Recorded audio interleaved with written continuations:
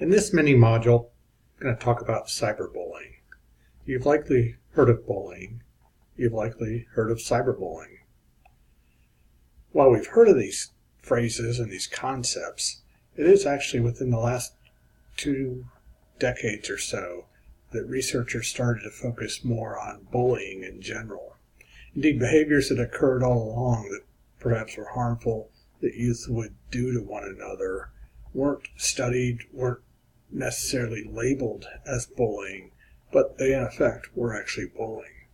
What we've seen though in the past decade or so with the increase in use of social media by students, by young people, and the use of digital media technologies, is we have begun to see an increase in what we now call cyberbullying. Now, the cyberbullying simply entails using digital media's technologies to hurt individuals. And I'll talk in a moment about those different strategies that are used to engage in cyberbullying. We do know that girls are believed to be more involved in cyberbullying than traditional bullying. Note, I'm not saying that girls bully more than boys, but when girls do bully, their behavior tends to be more in the cyber arena than the traditional arena. We'd also point out that cyberbullying occurs throughout the life course, even in the workplace or in relationships. There's a local radio station that often, I think it's every Monday, they play what's called Facebook Wars. Now, these Facebook Wars are interactions that seemingly friends, at least they're friends on Facebook, have with one another that turn into these incredibly confrontational sorts of interactions. Now, these are things that people would do online because of the safety online, but they wouldn't necessarily do if they're face-to-face with people. So the point here is that we're continuing to see this bullying, not just among young people, but among adults as well. Now, when we come back to young people, we can point out that the common estimate is that 1 in 4 youth experience cyberbullying at some point. And they don't experience it just once. These are instances that occur over time, and we can think about how those patterns evolve. Now, the types of cyberbullying, these types come from researchers and advocates who've talked about these varieties. One of the more common types is verbal aggression. Verbal aggression is simply those instances when people say mean things about people. Verbal abuse has actually been found to be more harmful in terms of emotional consequences and psychological consequences than physical abuse. Now, if someone says something that's verbally aggressive, that's one thing. But when they're verbally aggressive online or in a text or in another format that the victim continued to look back at, that's going to be even more damaging than simply the words being said rather than the words being written for the permanent record. There's also relational aggression, where people will spread rumors about other individuals and make things up and post these rumors online, or post them in group chats, or post them somewhere that record, again, it becomes permanent. And it's typically what happens here is the aggressor is saying things that might be of a sexual nature, it might be of comments about the victim that are very personal, of a personal sort. And again, these things, they last forever when they're placed online. Sexting includes instances where individuals are sharing information, personal, maybe personal photos, maybe personal sexual information about victims, or they're sending information that the victim doesn't want to see. And just the bullying of a sexual nature is what we're talking about with sexting. Flaming is when the Facebook war example that I gave, that would be an example of flaming, when people in a chat room or in a group chat or in Facebook messages or Instagram messages or wherever it may be, they get in an argument and it just escalates. And people say some very mean things in these arguments that could again, they last forever. Those words could be seen forever. Outing is when a person outs another person in terms of their sexual identity, and that person hadn't yet outed themselves or shared that information, and this can be quite damaging. Masquerading refers to instances when individuals will pretend they're someone else. Occasionally you hear about a mom or a dad that gets online and pretends they're their kid and then just starts attacking their kid's friends, and that's masquerading. Or it could be the reverse, but whatever the case is, it can be quite devastating. And there was a case recently where as a result of these types of behaviors, a young girl killed herself, and the mom was actually prosecuted for being a part of that homicide, the mom that was engaging in the cyberbullying behaviors. And then exclusion is simply when people will isolate a particular person and not include them and make it clear that they're not including them, and the results here again can be quite harmful. Now, after this mini module, there's going to be a video that I want you to watch that shows one girl's story and how damaging these types of cyberbullying can be. There's certain patterns around cyberbullying that researchers have talked about and have identified, and advocates and researchers, including Peebles, have talked about these. And one thing is that it's hard to detect. Cyberbullying, people aren't going to want to talk about it when they experience it, and it's unless parents or teachers are proactively searching for this behavior, it is hard to detect.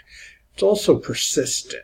Someone doesn't just do it once when they're mean to people online. They're not just doing it once, and it's not a one and done type thing.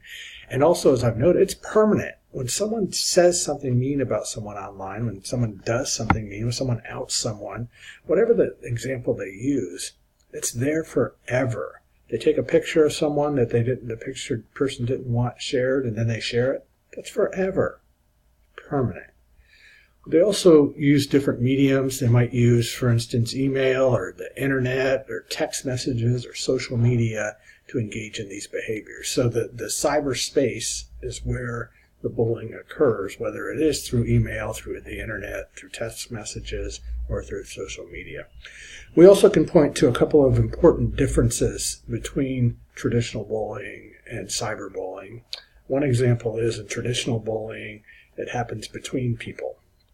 I remember in the 5th grade, a girl punched me in the nose, and there's a long story behind it, but I knew who punched me in the nose.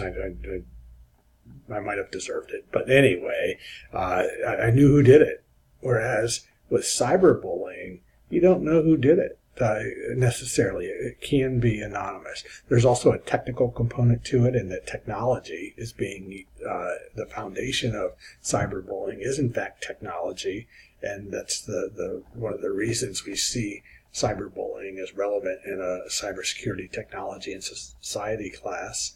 Also, cyberbullies feel less remorse than traditional bullies, it's believed, Peebles points out, because they don't see the person's reaction. So you type it, you say something mean, you zip it off into cyberspace, you don't see the response, and that creates less remorse for the offenders. There's also larger audiences in cyberbullying, and the larger audiences, when I got punched in the nose, it was on the school bus, and I don't know who all saw it. Wasn't on YouTube, wasn't on the internet or sent through email or text or those sorts of things. And today, when a young person experiences these things, they don't know who all saw the victimization, and that can make it even more consequential for the victim. Who engages in bullies? Here, researchers Van de Bosch and Van Klinput have talked about the patterns in terms of who's doing the bullying and who's being victimized in bullying. And one of the patterns we see is that the cyber bullies, they tend to be younger, even though, again, it can happen throughout the life course. That cyberbullying is more common among younger persons. Many cyber bullies are victims, former victims of bullying, who perhaps it's their way of coping is to gain some control over their online presence and their digital presence, so they may lash out towards others because they've experienced it themselves. And cyber bullies, they don't tend to limit their behaviors just to the online world or to cyberspace. If they engage in cyberbullying, they're probably going to also commit traditional bullying of various sorts. And not to say all, but the vast majority certainly do. In terms of victims, they tend to have an internet dependence and display this dependence on technology and the internet. They don't feel that popular, and that may be the consequence of experiencing bullying. Also, they may have committed cyberbullying themselves, so there's an overlap, victim-offender overlap there. And frequently, though, cyber victims commit traditional victims, but they have been victims of traditional bullying. According to, again, this is research by Van den Bosch and Van Klimpat. Now, again, that's a fine distinction there. They might infrequently commit traditional bullying, but they have certainly been victims of traditional bullying. So we can talk about why do these kids enjoy commit these acts? Why do individuals commit cyberbullying? I got a little ahead of myself when I said enjoy there. But this is research by Gradinger and co-authors. One is to have a sense of power and to maintain status and reputation in a particular group. And cyberbullying, because they're aggressive in the online space, and the online space is where the relationships exist, that bullying gives them power. There's also the being a part of a group, and young people feel if they if others are doing it and they do it too, they can be a part of that group. Sometimes it may be out of anger that's targeted towards a victim.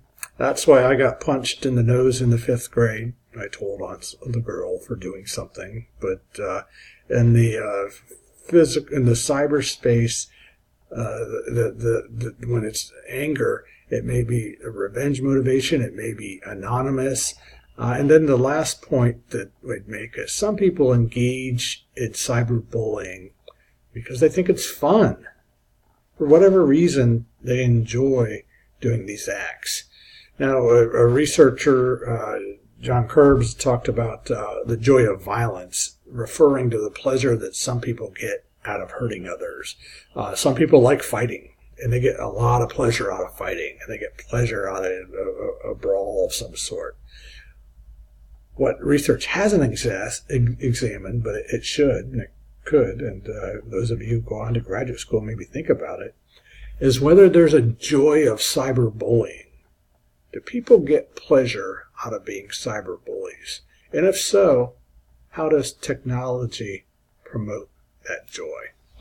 How do other disciplines use